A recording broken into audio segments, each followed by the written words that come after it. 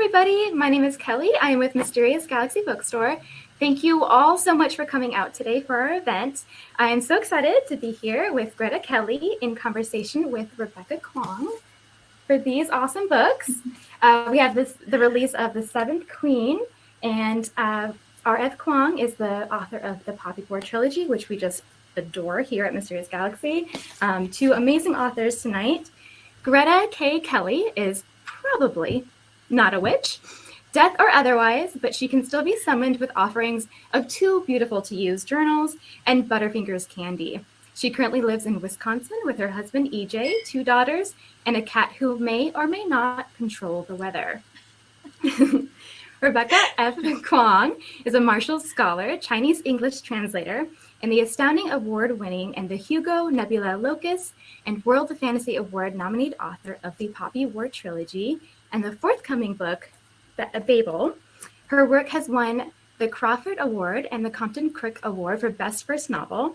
She has a master's degree in Chinese Studies from Cambridge and a master's degree in Contemporary Chinese Studies from Oxford. I'm not intimidated at all. This is totally cool. She is now pursuing a PhD in East Asian languages and literatures at Yale. I will be heading out in a little bit, and I will let the authors speak to each other and let you all enjoy. Before I head out, our typical rundown of Crowdcast. To the right-hand side is our chat section, so please use this to talk about how much you love the books, talk amongst each other, but be sure to not put any questions for the authors in this chat box. The questions will go in this little Ask a Question box right here, so make sure you submit those, and you can upvote any questions that anybody submits that you want answered. Finally, you can check out the purchase books here, little blue button right here, and you can buy any of our authors' books today at Mysterious Galaxy. I will go ahead and bow out and let you two speak, but I will see you at the end. Sounds good. Thank you. Thank you. Oh my gosh, congrats, Greta, on launch week.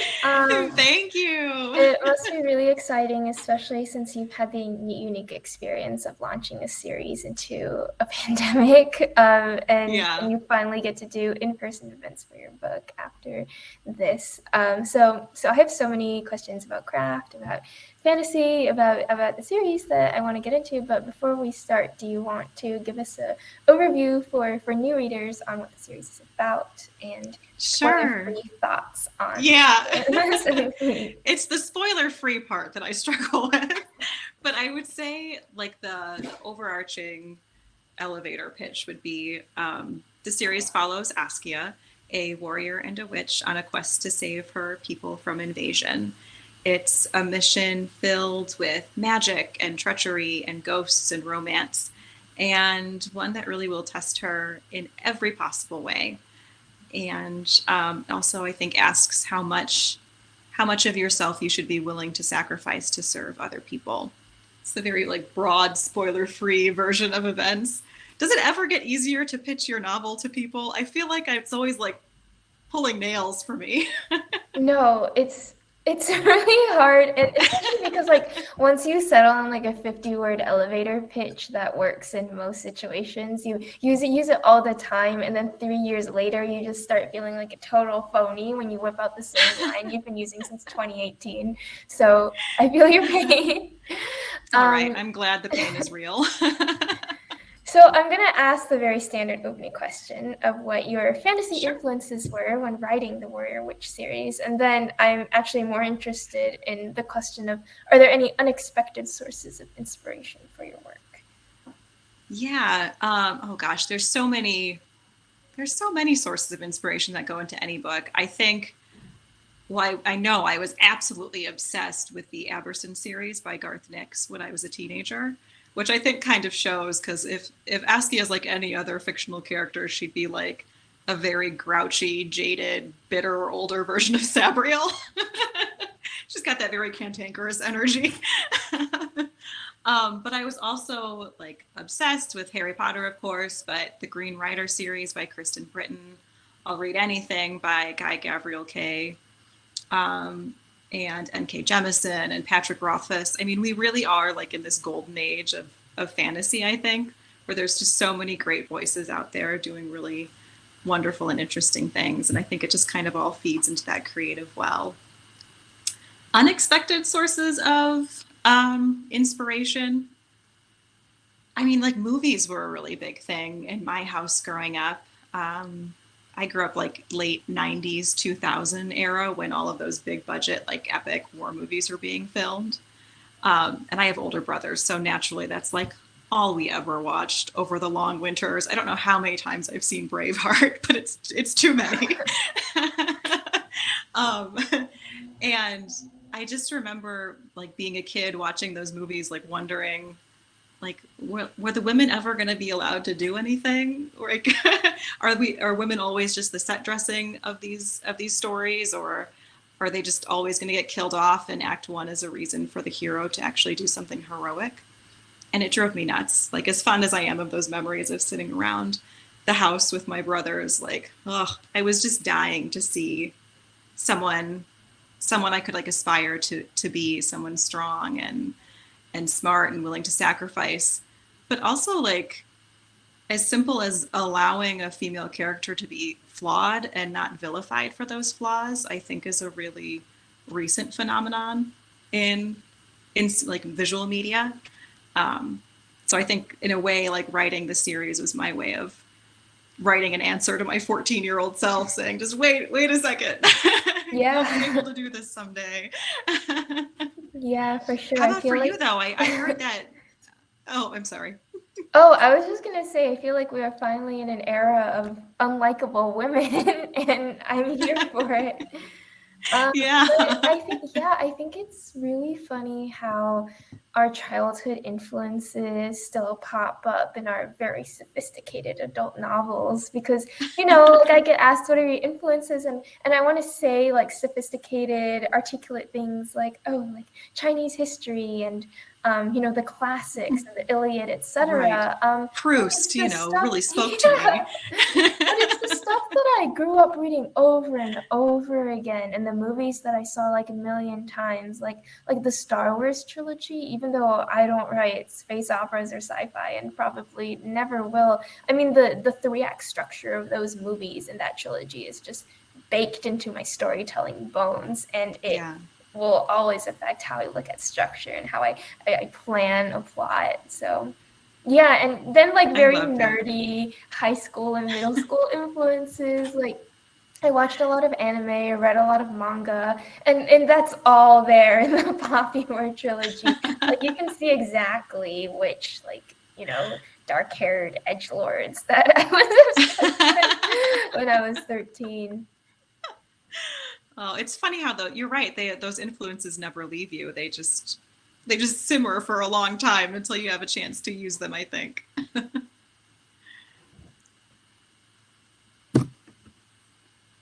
Sorry, are you there? Did I lose you? I think I'm having connectivity issues. Can you hear me? Okay. I can hear you now, yeah. Okay. I'm sure what you just said was very fascinating, and I'm sorry I did not hear it. Don't worry about it. So next, I have a craft question. Before in the Sure. green room, we were chatting a bit about how you felt like you actually did not deal with the dreaded second book syndrome for the sophomore slump, like most of us do.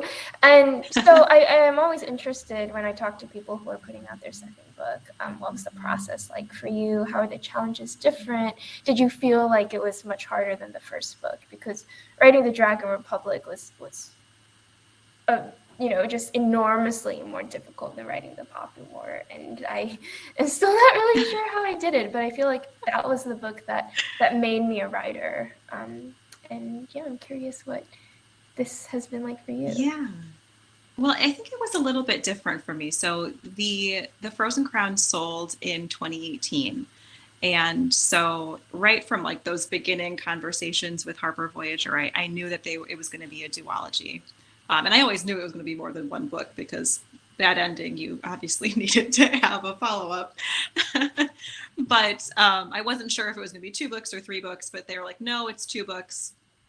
And it was great. So I kind of went there, and I had, between 2018 all the way to 2021, basically like time alone to sit with the ideas and to, you know, do all the edits for the Frozen Crown that go into actually making a book a real commodity, but then also drafting the Seventh Queen.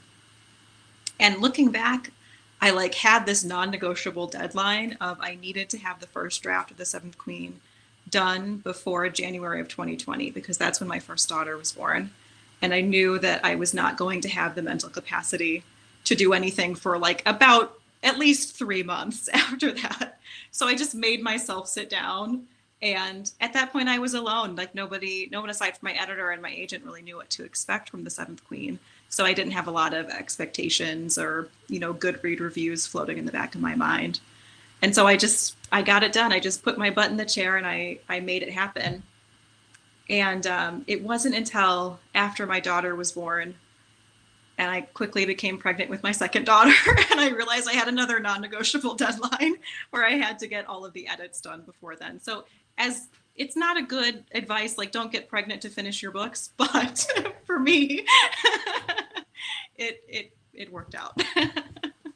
That's good. I feel like part of my issue is that like they'd say not to read reviews, but you know, who's following that advice? And I think like the act of writing becomes a lot harder and your relationship to craft becomes different once you know what people think of your work, like what kind of expectations people have for the kind of stories you tell and the kind of things that, especially when a series is ongoing, like what kind of endings people really want to see. And I think now that I have several books out and a lot of opinions on those books drifting out there from people I don't know, I have to silence the part of my mind that's always like, oh, but like if you do this, is it too risky? Are people going to hate it? Like, are you going to get slammed on Goodreads? Like, and that's I feel like when you're writing your debut, it feels so freeing because you're not thinking about what your agent's going to think or what your editors are going to think or what the whole world is going to think, but just what kind of story you want to tell. And I am navigating my way back to a more healthy relationship with my work where I can feel totally free to just do whatever I want. I do totally understand that. I mean, by the time the Frozen Crown came out, like the Seventh Queen was done. There really was no more edits I could do on it aside from like, you know, minor sentence edits. So that even if I was, and I really do try to stay away from reviews, but even when I inevitably saw them, it really was too late to do anything. The duology is what it is. And I'm very happy with it. So I know people will be excited for it. But I do know what you mean, because with the next thing, which I can't really talk about, I do have those voices in my head going, well, maybe it would be more marketable if I did it this way. Or, you know, maybe it would sell better on Instagram if I had the aesthetics of it look slightly different. Or, you know, I think it's part of that leap from going as a creative person who just is passionate about their craft alone to making it into a career. I think that leap is always, it's hard. It's just it's a big transition. Yeah, it's really tough because I don't like thinking about the business side of things at all. And I guess at least, I know you can't talk about your next project. I'll just very vaguely, at least for me, the way I kind of got around it was going from one project to a very, very, very different type of project. So BABEL, which we can chat more about later, is a completely different genre, like structured differently, has wildly different characters. And I think that gives me a sense of artistic freedom that makes me not beholden I do agree. To the promises of the type of story the popular trilogy was. It's like you need a palate cleanser. Exactly. So I want to talk about your process when you're coming up with characters, because we know great fantasy is not just about plot points or tropes, but also about the development of characters and the complexity of their relationships. So do you have a favorite character or set of characters to write? And are there facets of your characters' personalities that you did not anticipate? Yes. Well, in different ways, yes, to both of those questions. I think in The Seventh Queen, there was a really magical moment. I had a character called Civ, who is the main antagonist of the story is Radovan, is stealing magic from people. And he does this by marrying these 6 women, and then he kills each one of them. And Civ is one of those women. And I didn't really have an idea of who she was or what she would be like until I sat down and started writing the book. And it was just this like magical lightning in a bottle moment where she just emerged fully formed as this like pirate kind of scoundrel, very rough around the edges, sort of like irreverent soul. And every time she was like, quote, on screen, she was just hilarious. She was just always in the background muttering obscenities and just being hysterical. So she's definitely my favorite. I wish more characters just magically emerged like that. Alas, they do not. But ironically, one of the characters that I really struggled with a lot more ended up being one of my favorites because she changed the story so much.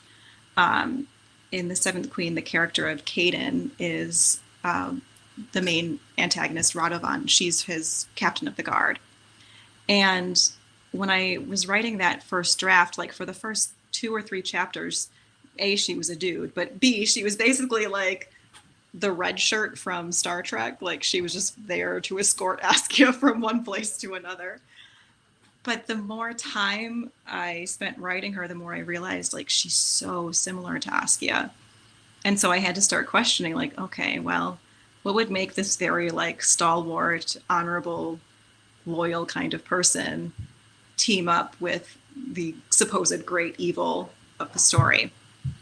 And like answering those questions changed like a huge chunk of the history of the book.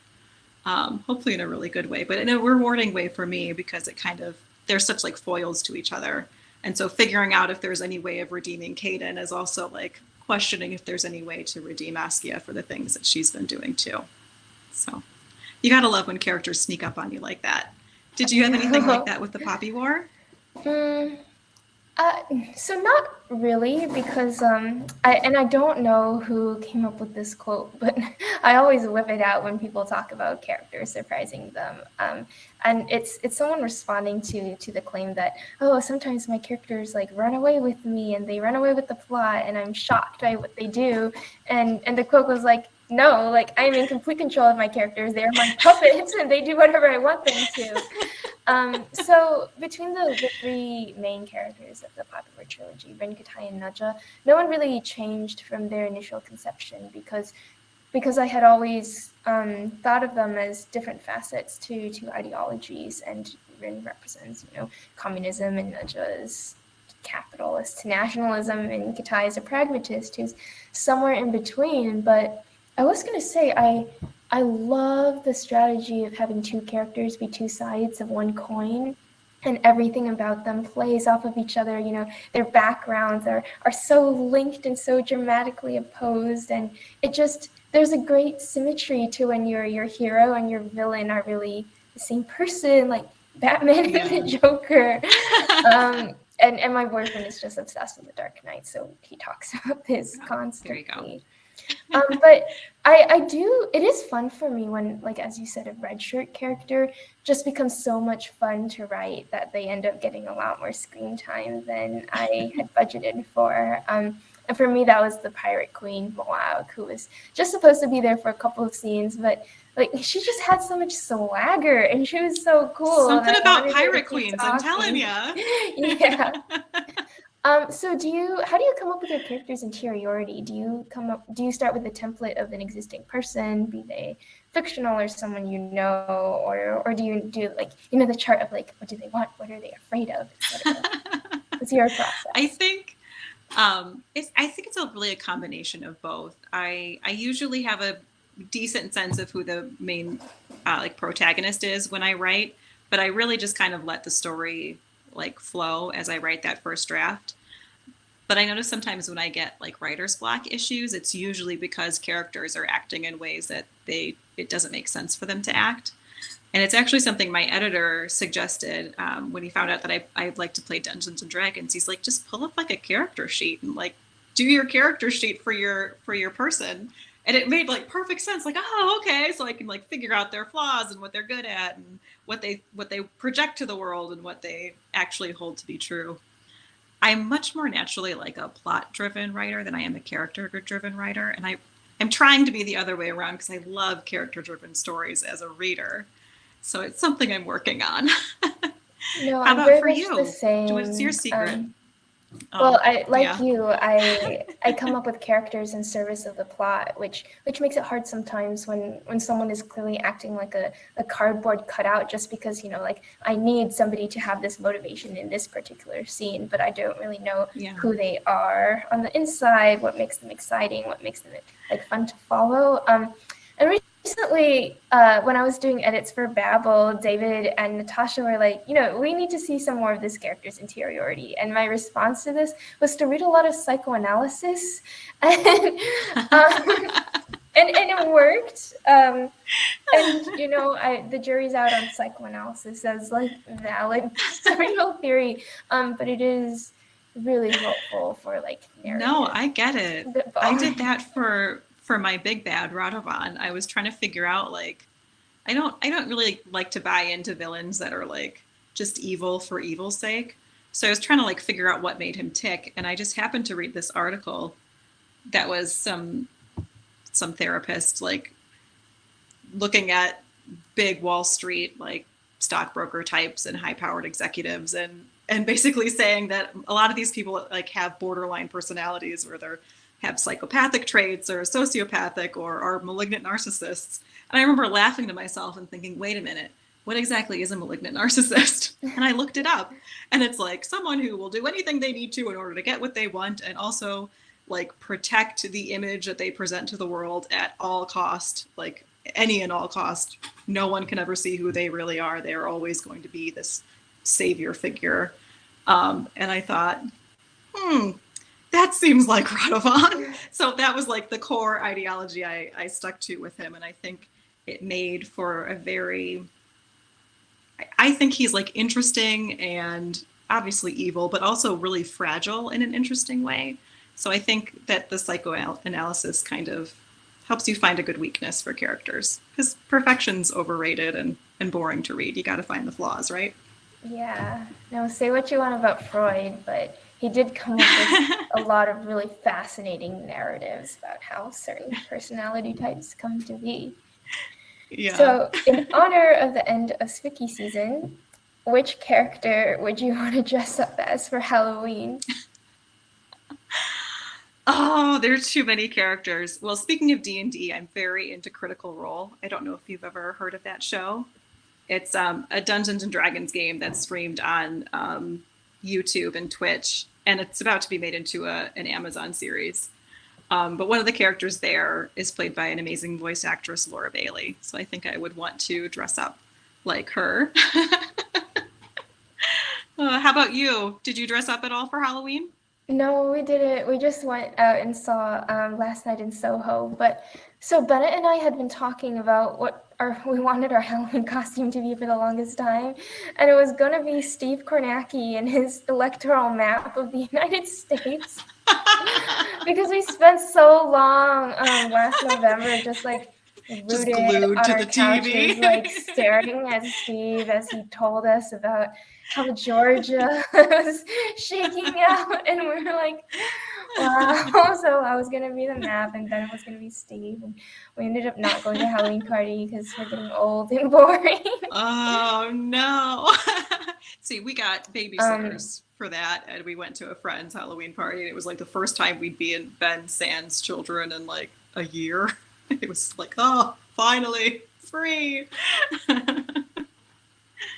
I'm breaking up again, so I did not hear your no. very funny comment, but I hope it was It's okay. awesome. Don't worry about it. I was just saying how happy I was to be without children for one night. So how do you come up with your magic systems? Everyone has such a radically different approach to this, and I always feel very guilty when I ask people this, and they're like, "Oh, it's so intricately, carefully constructed, and they come up with all these rules, like a D&D game." And I'm like, "Wow, my magic system is just like vibes and chaos." So which end of the spectrum are you on? I kind of fall into the middle of the road. I like there to be some rules and guidelines, but I don't like to get too in the weeds with it. So there is like an element of hand waviness to the magic in the Frozen Crown. But for me, I don't find really overpowered heroes or villains to be all that interesting. So I like a magic system that has drawbacks. I think if magic can solve every problem, then why are there problems to begin with? So in the Frozen Crown, there's like 7 types of magic, the 4 common, earth, air, water, fire sort of magics, and then the 3 spirit magics, which are healing and mind magic, which is like the ability to tell the truth from a lie, and also death magic, which is what Askia has. And so each of these types of magic has their own particular drawback. So with Askia, sure, she can see and speak and command spirits, but using her magic has this very specific drawback where it exposes her to like hypothermia levels of cold, which is, inconvenient no matter where you are. But in the Seventh Queen in particular, because she's trapped in this like icy hellscape, and any additional cold damage would take her out, to use some D&D terms there. But what about in the Poppy War? Because like you said, it was a little bit more free flowing. How did you conceptualize that magic? Well, like you, I really hate it when magic seems too powerful and too convenient, because when you've got like mages just running around like altering physics and like producing food out of nowhere and healing wounds, it's like, exactly, like, why do we still have problems, Yeah. It's so ridiculous to me, especially in like a problem I have with Dragon Age is the fact that mages are being persecuted, and it's like mages would never be persecuted. Like, like they would just solve the world's issues. Nice try.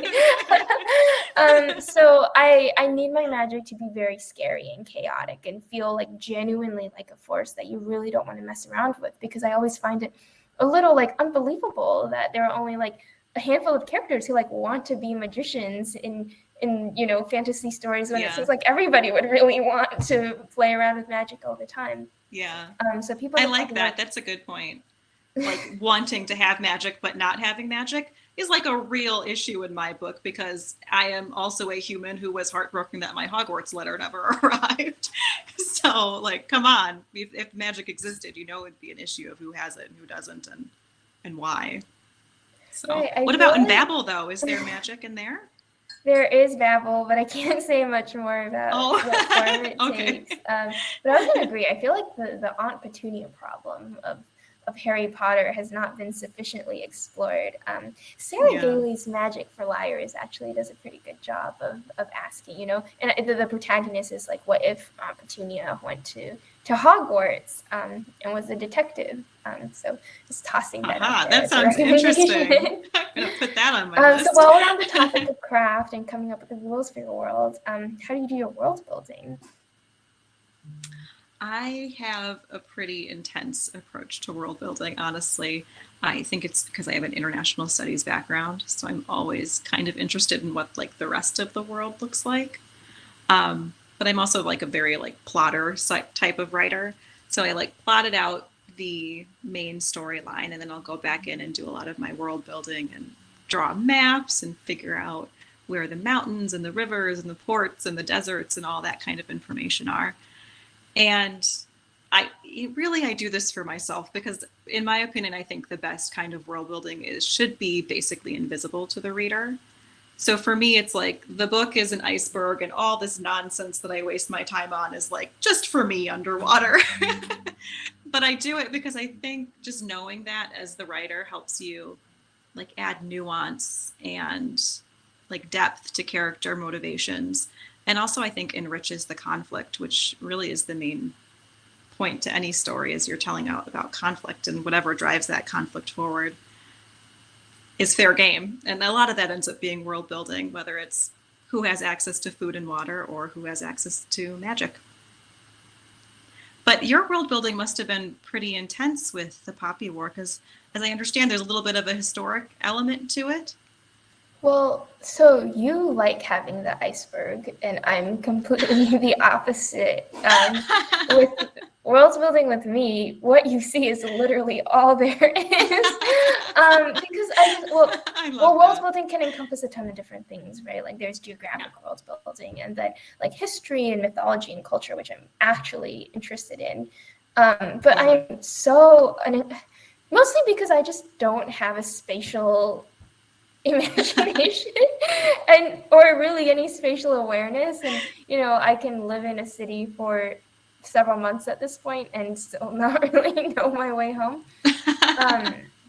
With the Poppy War, I'm a very lazy world builder, and I just needed an analog of ancient medieval China. So what I did was like pull up maps and books on like transportation and food and the economy of like the Song Dynasty. And every time I needed to refer to something, I just look it up.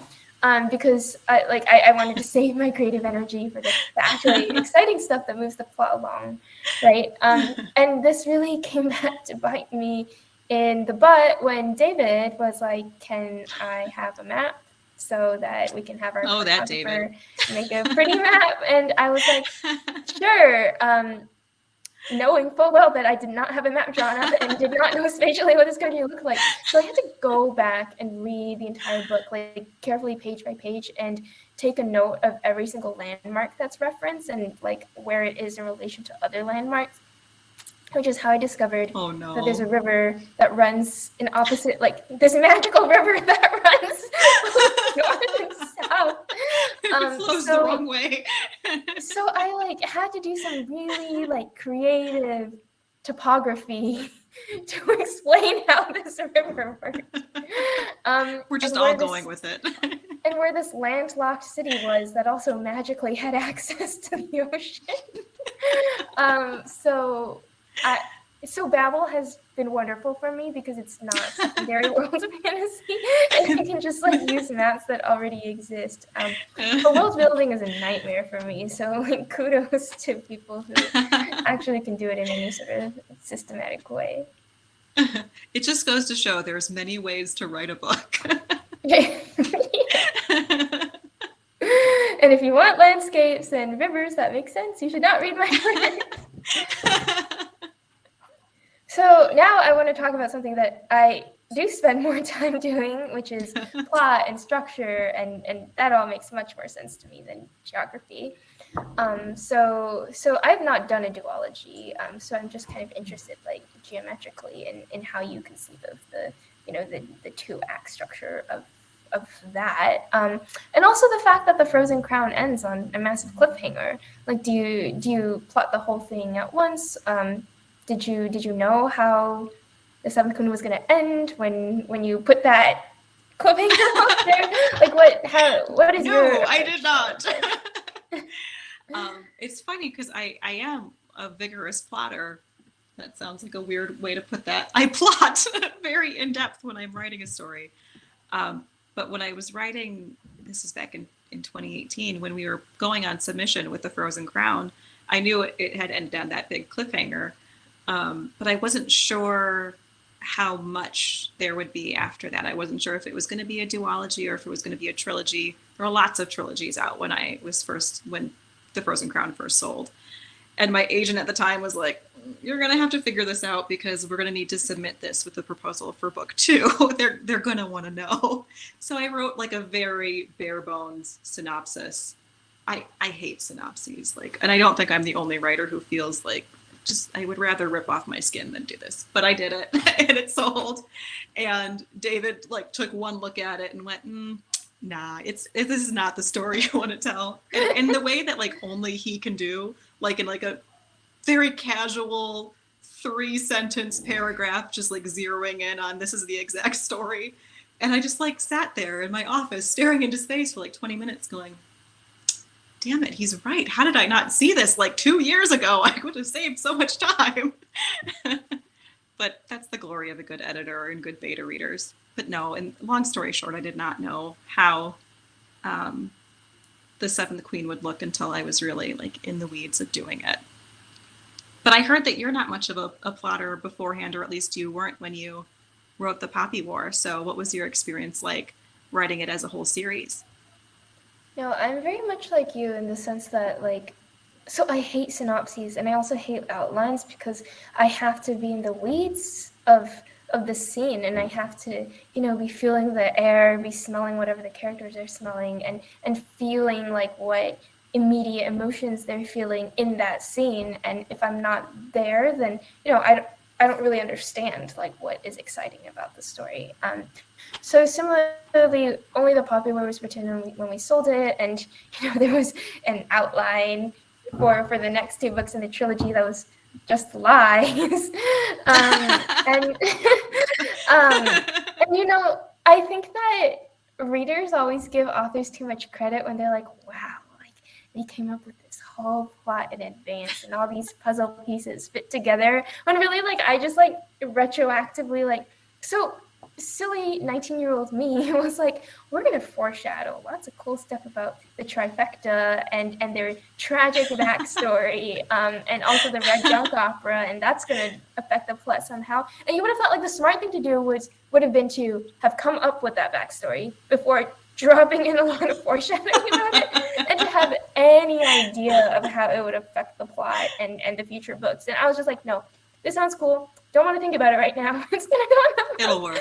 Which means that in the drafting process, I had to look back at all this like random shit I'd said and think like, so what's a satisfying answer to these questions I could have asked randomly, which was really hard, which is why there's a massive dropped thread from the end of the Poppy War. A bunch of the characters make a big deal of this like Red Junk Opera, which is this insurrectionist movement that, will play a part in the plot at some point. And drafting the Dragon Republic, I was like, no, I just don't want to do that. They will just never be mentioned again. And I get asked about them sometimes, and they're like, oh, is it actually like this other character or this other group in disguise? And I'm like, no.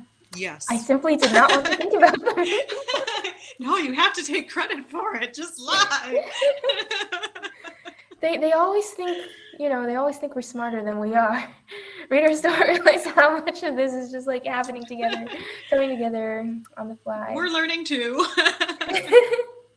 So relatedly, as a debut author, what surprised you most about the traditional publishing process, apart from the realization that all authors are just lying and flying by the seat of their pants? Well, I think it's been unique, to say the least, to debut during the lost pandemic years. I think there's so much more that's fluid and up in the air about the whole debut and publishing process now than there was a couple of years ago. Not necessarily in a bad way, but I think I was not prepared for the amount of social media-ing I would need to do. I think if I had known that beforehand, I probably would have just broken all my fingers and gone into used car sales. But no, it's been good. Yeah, I don't know. I don't really think there have been that many surprises about the process. Did anything really take you by surprise when you came out? Or what do you think is most changed between when the Poppy War came out, between now when you're looking forward to BABEL? Well, I'm with you on the surprising necessity of social media.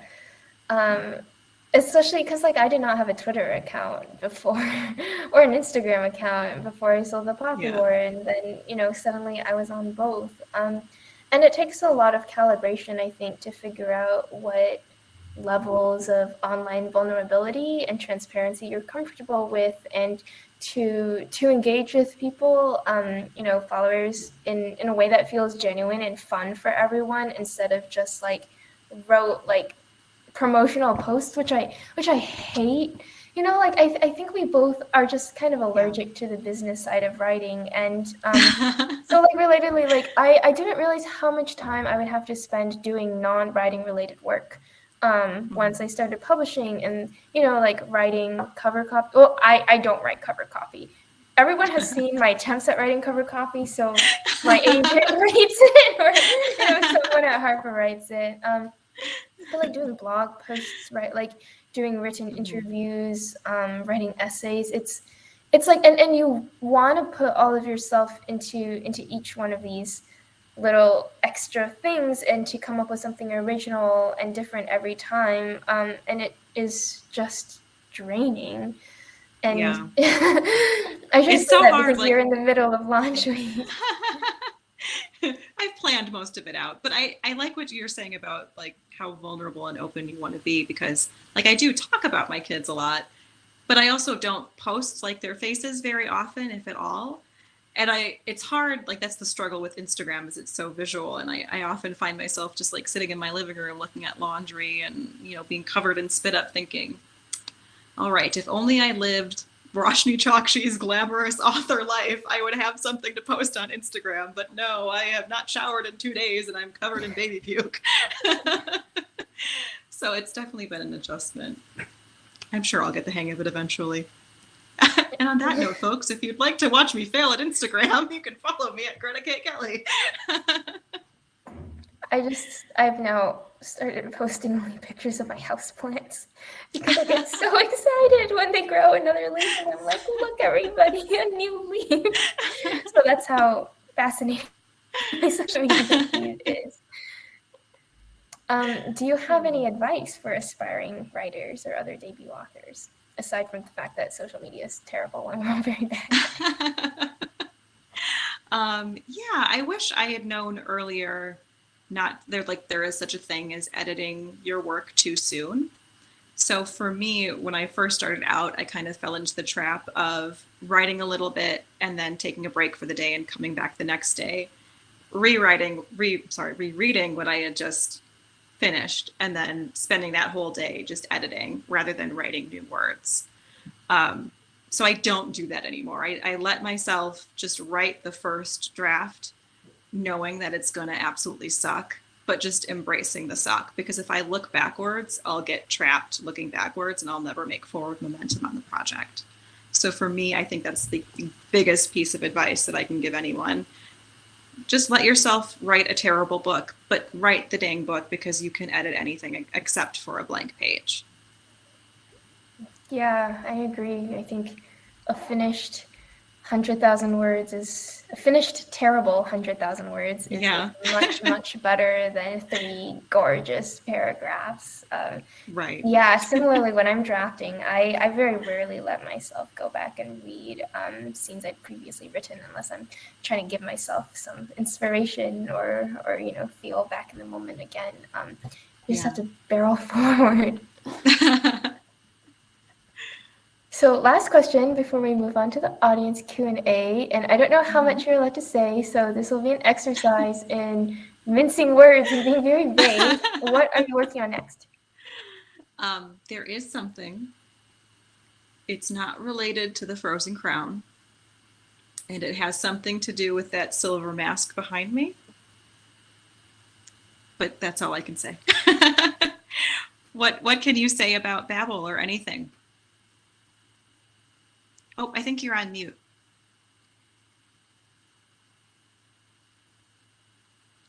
Oh, Rebecca, I think you might be muted. I can't hear you.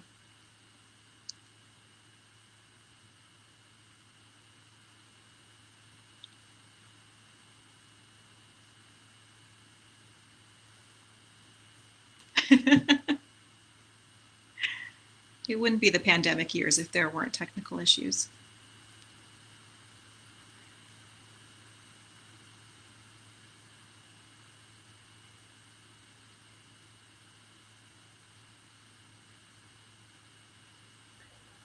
So Rebecca, I think you just have to, there's like the little toggle mic button.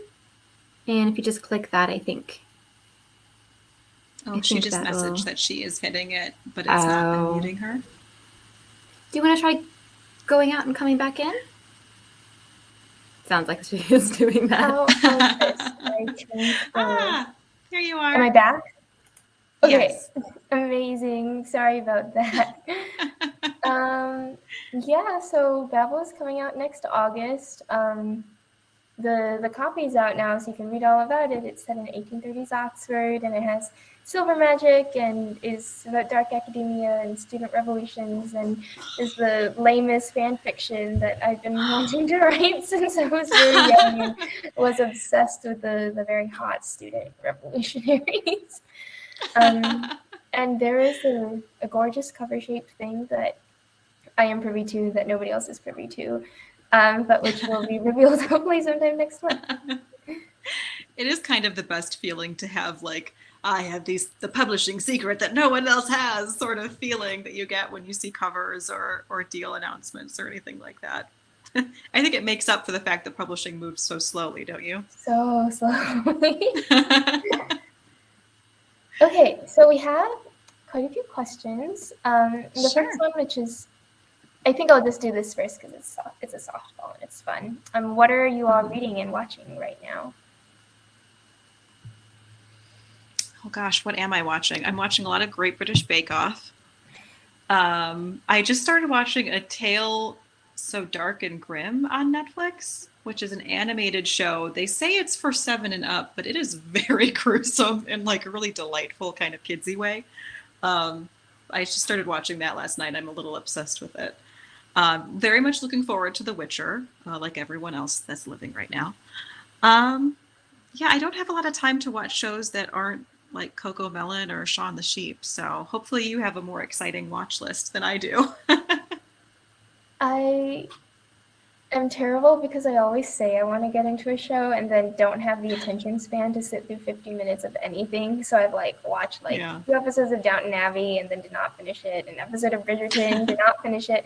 I did watch all of Squid Game in like 5 days because I was just intimidated. Highly recommend Squid Game, but not watch around your children. It's very fun. And right now, my friends and I are obsessed with Succession, which is this Black comedy, prestige drama that I think is just hilarious and lots of fun. In terms of reading, I am. Actually, this is not a question that someone asked, but I'm interested, Greta, in how you feel about it. Do you think that the way that you read other fantasy novels changed after you started publishing? Yes, I think I became a little bit more of a critical reader. Not necessarily that I didn't enjoy books more, but it became less like a thing I did for enjoyment and more of a, like, how did they do this and what's working for me and what's not. I found I actually started reading more books outside of the fantasy genre for pleasure and more fantasy books to like learn something about craft. I still enjoy reading fantasy, of course, but I've been reading a lot more like cozy mysteries or romance books and things like that. I did recently read Jeffy Kennedy's newest book. She writes fantasy romance, speaking of romance, and that was really good. I'm trying to think of what it's called. I'm just looking at my phone, so I have no memory. It's like the Heirs of Magic book. Oh, I did just read The Death of Jane Lawrence by Caitlin Starling. It's very like spooky Crimson Peak meets like Bluebeard sort of book. It's perfect if you're not ready to give up Halloween yet. Go check out that book. Yeah, I saw that everywhere during spooky season. Yeah. I feel like it got a lot harder to read fantasy for pleasure after I started publishing fantasy because like reading fantasy novels always felt like work. Like, what are they doing that I could be doing? Like, what notes should I be taking down? Like, what can I learn from this book? So I similarly started reading a lot more outside of the genre than I had previously, which I think is good because I think there are a lot of important lessons to take from other genres that we can bring back into fantasy, like reading romance, which I'm very new to, but reading more of like hard-boiled mysteries. I think reading like airport paperback thrillers is really good, like just like mulch for like learning how to keep up with the suspense and like very rapidly introducing difficult plot twists and characters. Yeah, talk about a lesson in pacing. Yeah, exactly. But since I'm a student and I just have no time to read anything these days, all I'm reading is my textbooks and stuff for class. And it's fun. I enjoy getting paid to read stuff in, ancient Chinese. Yeah. But I do enjoy sitting down with more fantasy novels. So Holly is asking us, it is November. Are either or both of us participating in NaNoWriMo? If not in the traditional sense, will you use the time to edit, etc.? I will definitely be using the time to edit. NaNoWriMo? I have, yeah. When I was on submission with The Frozen Crown, that was the first year I did NaNoWriMo. I just needed something to take my mind off of submissions. For anyone who doesn't know, submissions is when an author who has an agent, their agent will go and try to sell their books to a publishing house.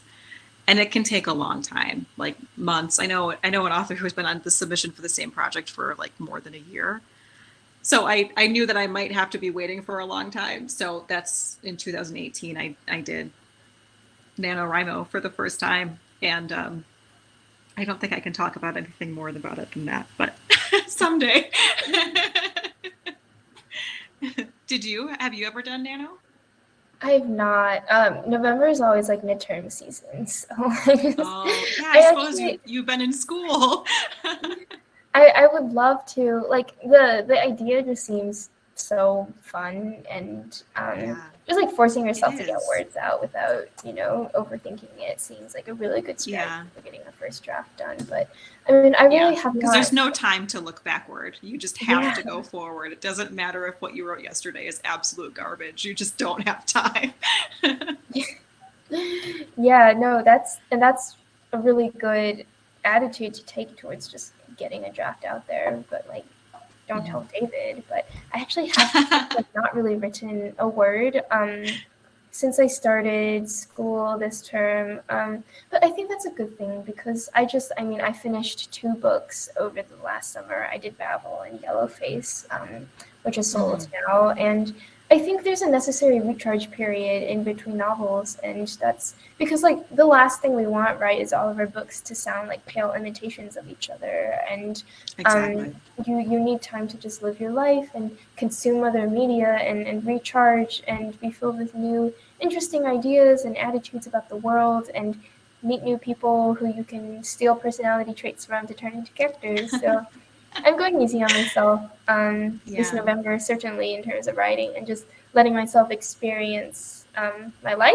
And if the process works like it always has in the past, a novel will come out at the other end of this. But I don't know what it's about yet, and I think that's okay.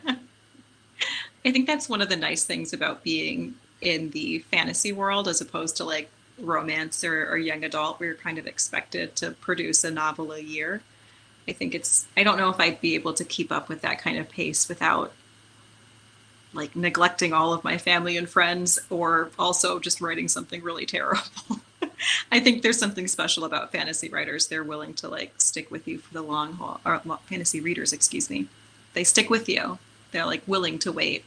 Maybe not like George R.R. Martin lengths of time, but at least a year or 2 for your next thing. Just coming from someone whose books came out like 10 months apart. Yeah, well. No, I agree. I was on the book a year schedule for all of the popular trilogy, and it felt punishing. So I don't have anything coming out this year. And it was actually a strange year in that it was the first time since 2018 that I, did not have a book coming out. But I was very productive during it and wrote 2 books. So I feel okay about that. And I feel okay about slowing down in the future. So this is an interesting question. What was the catalyst that made you put pen to paper and start writing your first book? So not inspiration, but what was the moment where you sat down and thought, I just need to start writing? Yeah, I had always been writing something in some capacity. A lot of it was really terrible, like fan fiction sort of books. And there was one book before I started The Frozen Crown that I worked on like starting in high school and all the way through college. And it was just a hot mess. It was a garbage fire. It would just never go anywhere. The plot was always broken, and I never knew if it was going to be 1 book or 2 books. At one point, it was 3 books. But I was so afraid to like move on from that idea. Like I somehow got it in my head that it was going to be my only good idea or like my only shot at getting anything published. And I kind of had the idea for The Frozen Crown like simmering in the back of my head. And then like out of the blue, I read, it must have been like the first Sarah J. Maas Throne of Glass book. And it was just unlike any other fantasy that I had read before. It was like it was obviously second world fantasy, but it felt very contemporary. The characters felt like teenagers doing stupid and crazy teenager things and making stupid and crazy teenager decisions. And it just felt so accessible in a way that a lot of other fantasy I had been reading at the time just didn't. And I think that was the thing that was like, okay, if a book like this exists and is popular, then what am I waiting for? I just need to start writing The Frozen Crown. We just get over the fear and just do it. And I think that's really the secret to anything, is just, you know, you're not gonna win anything if you don't try. So how about with you? Were you a writer before you started the Poppy Wars, or is that something that just kind of struck you? I'd always written just terrible fan fiction. Yeah, so like you, I'd written forever, but similarly, I think there's a moment where, and I think it's crucial, where you realize there's a space in the world for the kind of stories that you want to tell. Because for me, I never really imagined that like a novel with Chinese protagonists set in like an alt China fantasy setting could really find any purchase in the marketplace. And it wasn't until Ken Liu's Dandelion Dynasty series started coming out in I think Grace of Kings is 2016, and I started reading popular in 2017, and I think that was the first adult fantasy novel by a Chinese American writer that was published by a Big Five publishing house, and that was huge for me. And like wildly successful too.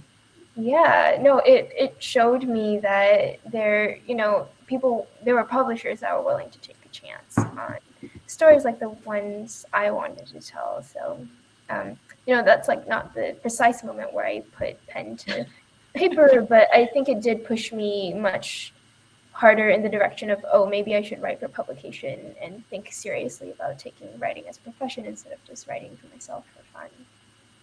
Yeah. Gotta love those little moments where it pushes you over the edge. Yeah. So our last question is something I already asked you about the writing process and cliffhangers, etc. Yeah. I think I'll leave that there unless anyone has any last minute questions. We are coming up to the end of the hour, and if not, happy launch week and congratulations. Thank you so much. I'm such a big fan of yours, and I can't wait to see what's coming next. Yeah. Thank you both so much for joining us tonight.